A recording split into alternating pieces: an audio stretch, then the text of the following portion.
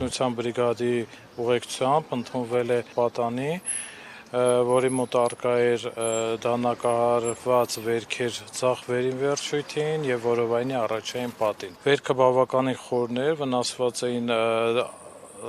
ձախ դաստակի եւ մատների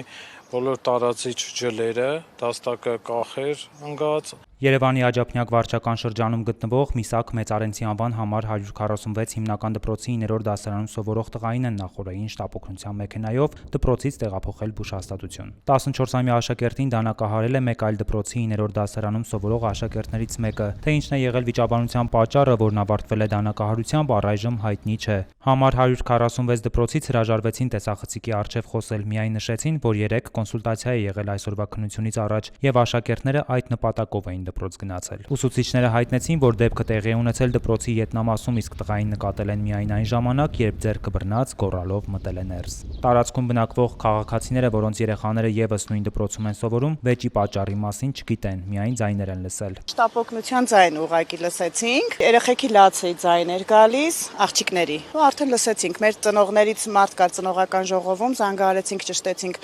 ինչա պատահել, ու արդեն պատմեցինք։ Որ վիճում էին իրար հետ ու այդ տղան, որ խփել է, միանգամից դանակով հարվածել է։ Երեխեքը տեսել են, որ վիճում են, բայց հետո արդեն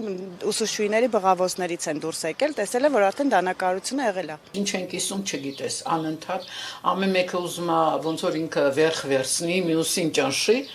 Ես չեմ հասկանում ինչա կատարվում։ Բայց շատ ցավալի է, ասեմ ձեզ, որ այսօր մեր ջահելությունը, մեր երեխաները, մեր պատանեկությունը երեխեքի, չգիտեմ, խորտակված է կարելի ասել։ Սուրբ Աստվածամայր բժշկական կենտրոնից հայտնեցին, որ տղայի վիրահատությունը բարեհաջող է անցել, մի քանի օրից դուրս կգրվի։ Հիմա երեխան բաժանմունքում է, վիճակը բավարար, ստանում է դեղորայքային բուժում համապատասխան, մոտ 3-4 օր հետո հավանաբար դուրս կգրվի։ Առաջին 1 ամիսը երեխայի դաստակը եւ մատները անշարժացված են լինելու